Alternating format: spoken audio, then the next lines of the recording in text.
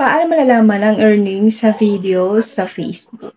Kung monetize na tayo sa ads on Reels, sa in-stream ads, sa live ads, at hindi niyo pa alam kung paano malaman or makita ang mga earnings ng inyong mga video, ganito lang po ang gagawin natin. Open lang natin ang Facebook account natin, then mag-login tayo. Click Facebook. Click 3 lines. Click Professional Dashboard. May nakalagay dito na Next Steps, Performance. Dito po sa tabi ng Performance, click natin ang See All. May makikita kayo dito na earnings. Dito po sa may right side, meron pong See All. Click natin ito. May nakalagay dito na earnings, in-stream ads, ads on Reels, then stars.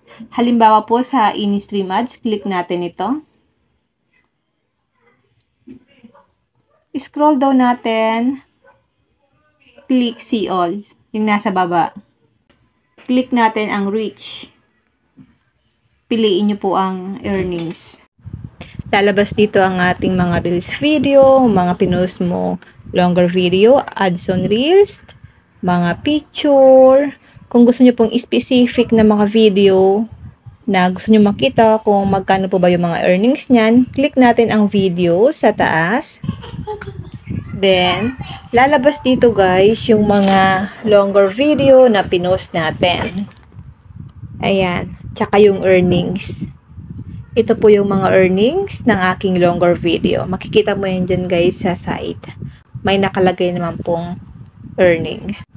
Kung mga Reels video po ang gusto nyo, click mo lang po ang Reels. Then, dito po sa baba niyan, may nakalagay na Reach. Click natin ang Reach. Piliin natin guys ang earnings.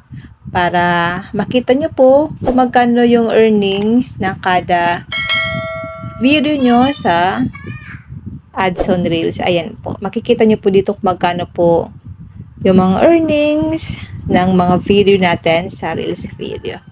Ganun din po sa live ads, photos, ganun lang po ang gagawin natin.